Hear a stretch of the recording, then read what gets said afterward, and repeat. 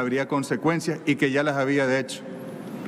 Fíjense ustedes cuán peligroso es. Pero además, fíjense, yo quiero ponerles un ejemplo. Ustedes, está la Carta de la OEA, está la Carta Democrática Interamericana y está la resolución. Si pudiésemos hacer una analogía con la jerarquía de las leyes de Kelsen a nivel multilateral, debería estar la Carta de la OEA, ¿no?, por encima. Luego se deriva la Carta Democrática Interamericana y luego una resolución que se fundamenta en las dos primeras. No, ustedes han puesto la resolución por encima de los instrumentos constitutivos y la Carta Democrática Interamericana. ¿Por qué lo digo? Porque, por ejemplo, de aquí, de esta resolución, mutilaron una sección de la Carta que está tanto en el preámbulo de la Carta Democrática Interamericana como en el artículo 2, aparte B, de la Carta de la OEA, donde dice que todo debe de hacerse dentro del respeto del principio de no intervención. Pero es que dejaron idénticas las palabras: promover y consolidar la democracia representativa. Y luego le quitaron dentro del respeto al principio de no intervención. Y es que también lo entiendo si me pongo en el lugar de ustedes. Si ustedes colocaban esto completo, respetando la Carta de la OEA, no podían aprobar esta carta porque hubiese sido absolutamente inválida también en su letra directamente. Yo veía al compañero canciller Ampuero, creo que se retiró, aplaudir, entusiasmado cuando se aprobó esta resolución con esos mismos 19 votos, y recordaba una intervención del presidente Piñera, creo que fue en el año 98, a finales, donde también en aquel momento Sebastián Piñera daba un discurso de defensa de la soberanía de Chile. Decía que Chile no es una colonia, que Chile es independiente, que Chile se respeta, que ningún imperio ni ningún país europeo podía mancillar la dignidad de Chile, pero lo hacía en defensa del dictador Augusto Pinochet y en solidaridad con él. Esas son las cosas. Quizá estaba allí el canciller Ampuero también aplaudiendo. Déjenme continuar para ser más breve. No podían intervenir en los asuntos internos de un Estado taxativamente, porque así lo dicen sus instrumentos constitutivos. Luego, hay que también tener en cuenta lo siguiente: esta aprobación, en teoría, le da carta blanca a los Estados Unidos para seguir agrediendo a Venezuela. Miren, esta mañana, y permítame tomarme el tiempo, esta mañana se preguntaban el efecto de las sanciones, lo decía el señor embajador de Estados Unidos. Mayo 2016, el Banco Commerzbank de Alemania cierra las cuentas mantenidas por varias instituciones, bancos públicos venezolanos y PDVSA. Julio 2016, el banco estadounidense Citibank cesa unilateralmente el servicio a las cuentas también de Venezuela. Agosto de 2016, el Banco Novobanco de Portugal informa al país la imposibilidad de realizar operaciones en dólares con los bancos e instituciones de Venezuela.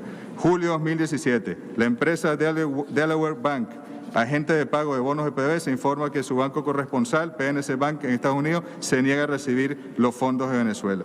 Julio 2017, el banco Citibank se niega a recibir fondos venezolanos para la importación de 300.000 dosis de insulina destinados a cubrir la demanda de 450.000 pacientes registrados. ¿Puedo seguir?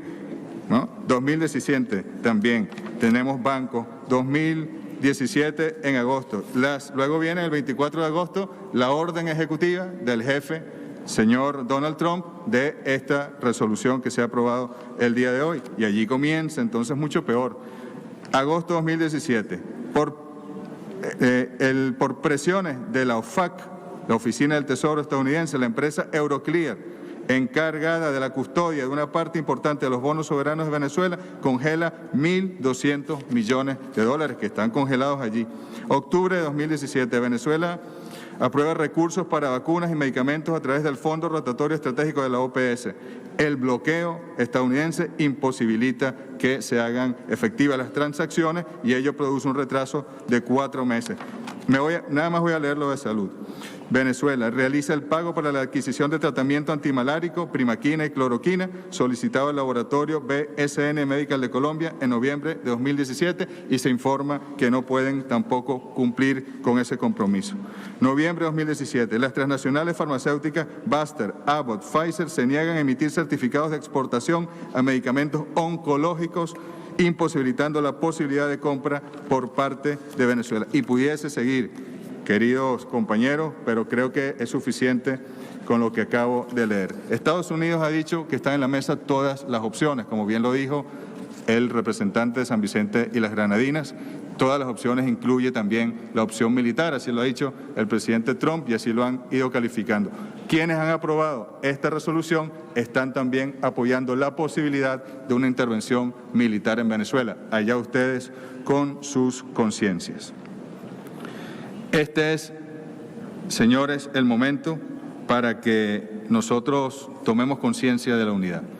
Anoche fue público, notorio, comunicacional, cómo el señor vicepresidente Mike Pence de este país extorsionaba a los países. En un momento parecía que estaba haciendo lobby, ¿no? Esa especie de corrupción legalizada que hay en Estados Unidos, donde todo se paga, las decisiones, las leyes, las citas con los ministros, etcétera. Pero luego, después de ofrecer cooperación, entonces extorsionaba a los países. Es muy lamentable que ocurran estas cosas. También es importante decir que hay estados que están sentados aquí que han reconocido las elecciones venezolanas. Como yo les dije ayer, el único que debe reconocerlos es el pueblo venezolano.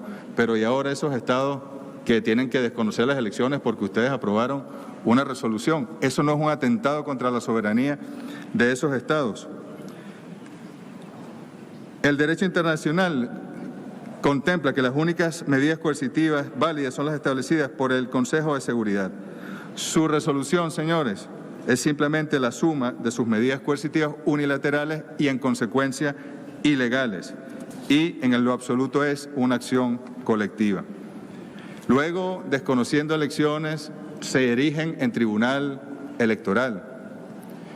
Queriendo que se convoquen elecciones, se erigen en tribunal electoral o constitucional. La verdad es que aquí en esta instancia no hay ningún tribunal de alzada de ningún tipo. En Venezuela simplemente tenemos nuestra Constitución y es la única ley que le importa al pueblo venezolano, aparte del derecho internacional público que respetamos plenamente.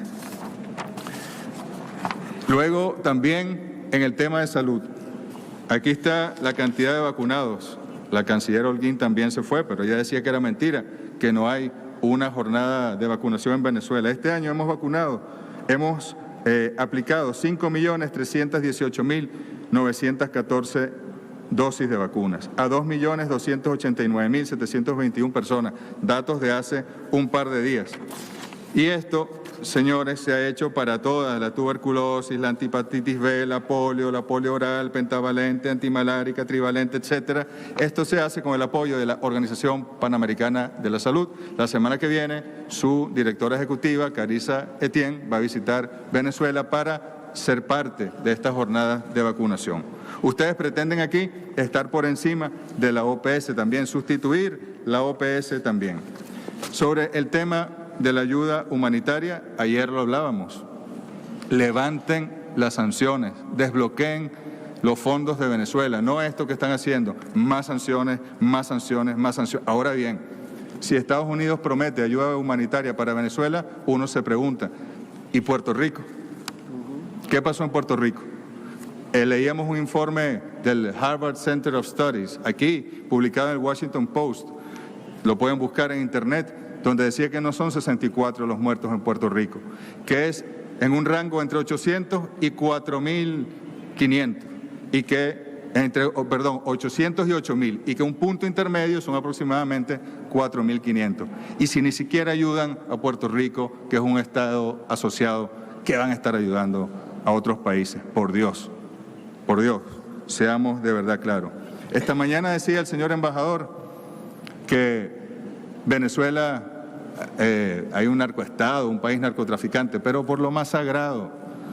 Este es el país de mayor consumo de drogas en el mundo, señor embajador. ¿Cómo llega esa droga? Es que ustedes no tienen drones, satélites, tecnología aduanera, guardacostas, todo tipo de medios. ¿Cómo llegan esos millones y millones de kilos, de toneladas de droga que se producen en otros países a los Estados Unidos? ¿Por qué cuando la DEA actúa en algunos países, ¿no?, de manera a veces casi que forzada, ahí el fenómeno del narcotráfico aumenta? ¿Por qué cuando la DEA se va disminuye? Son preguntas que hay que hacerse. Porque en todo caso, ¿cuál es el narcoestado? ¿Es Venezuela o es Estados Unidos? Hay que hacerse esas preguntas, queridos compañeros. En resumidas cuentas, Venezuela, como ustedes saben, ya se fue de esta organización. Venezuela se retira voluntariamente, querido compañero, del Uruguay. Esta bandera que está aquí, que yo la tomo con mucho respeto, nosotros la amamos. Amamos a nuestro pueblo. Y se retira Venezuela de esta organización precisamente porque esta organización en lo absoluto ayuda a los pueblos de nuestra América. Y más bien, como se ha demostrado el día de hoy, lo que hace es generar condiciones para el intervencionismo, para la injerencia, para violar el derecho internacional público e incluso pone dentro de las opciones la militar contra los pueblos de nuestra amada Abya Yala, de nuestra amada América.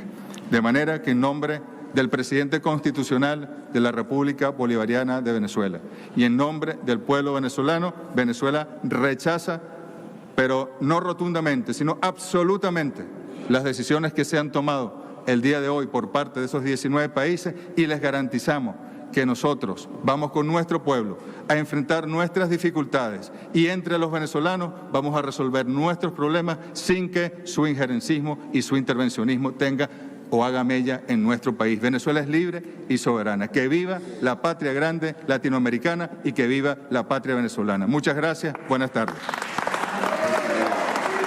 Muchas gracias, canciller. El secretario general tiene la palabra.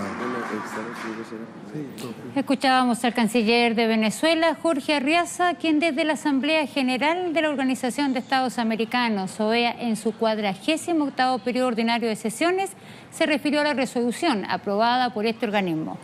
El canciller indicó que esta resolución votada en la OEA en abierta injerencia a Venezuela viola las propias normas de la organización. Venezuela denuncia la injerencia de Estados Unidos. El canciller cuestiona el procedimiento con el que se presiona a los países por su aprobación, donde Estados Unidos no consiguió más que los mismos votos del mes de enero. Arriaza denunció que esta aprobación da carta blanca para seguir agrediendo a Venezuela en todos los ámbitos. En breve le ampliamos toda esta información.